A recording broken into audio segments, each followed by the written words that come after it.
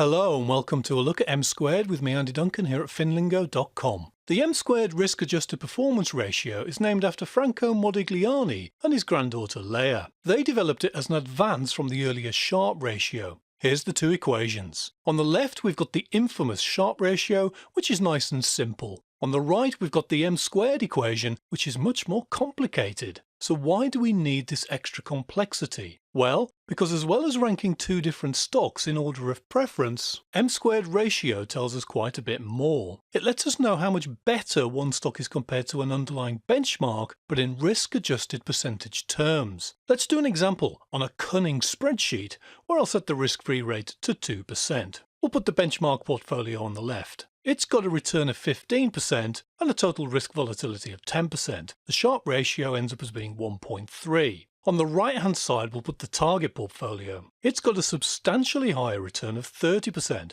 but also a higher risk volatility of 15%, and its Sharpe ratio is 1.87. With the Sharpe ratio, high is always good, so if we compare this pair, the target portfolio is clearly better because it's 0.57 higher. But does this 0.57 really mean anything? If we divide the target Sharpe ratio by the benchmark Sharpe ratio, we get to a percentage difference of about 44%. But does that mean that the target is 44% better than the benchmark? Unfortunately, we're unable to say that. All the Sharpe ratio gives us is a ranking. Other than that, the numbers of 1.87 and 1.3 are fairly meaningless. That's where the M Squared ratio makes its mark. This provides a figure of 5.67%. This means that the target portfolio delivers 5.67 more return than the benchmark, even when weighted in terms of riskiness per unit of risk. The M Squared ratio then tells us exactly how much better one investment is compared to the other, and it does this in terms of risk versus return.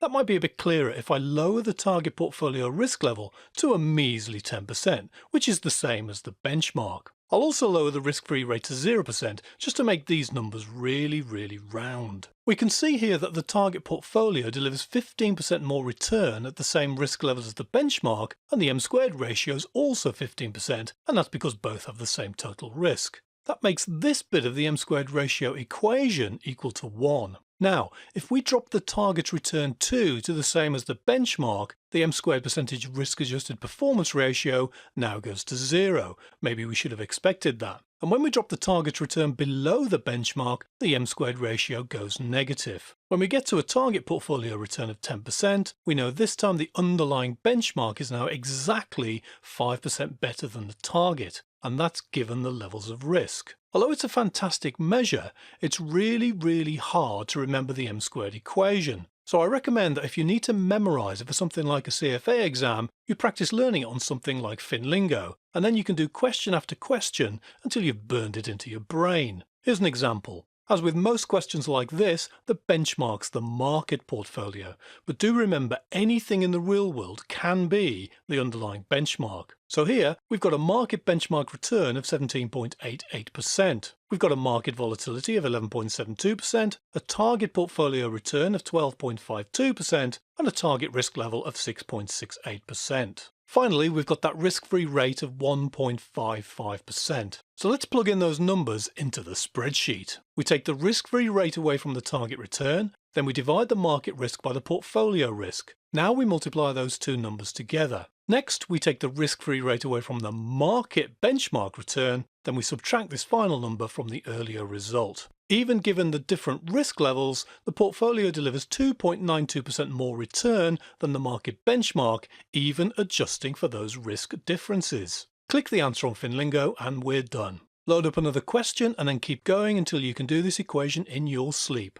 Head on over now to Finlingo.com to get an infinite number of questions on how to calculate the M Squared ratio. You'll find this and hundreds of other CFA style questions, including questions on economics and ethics. Finlingo.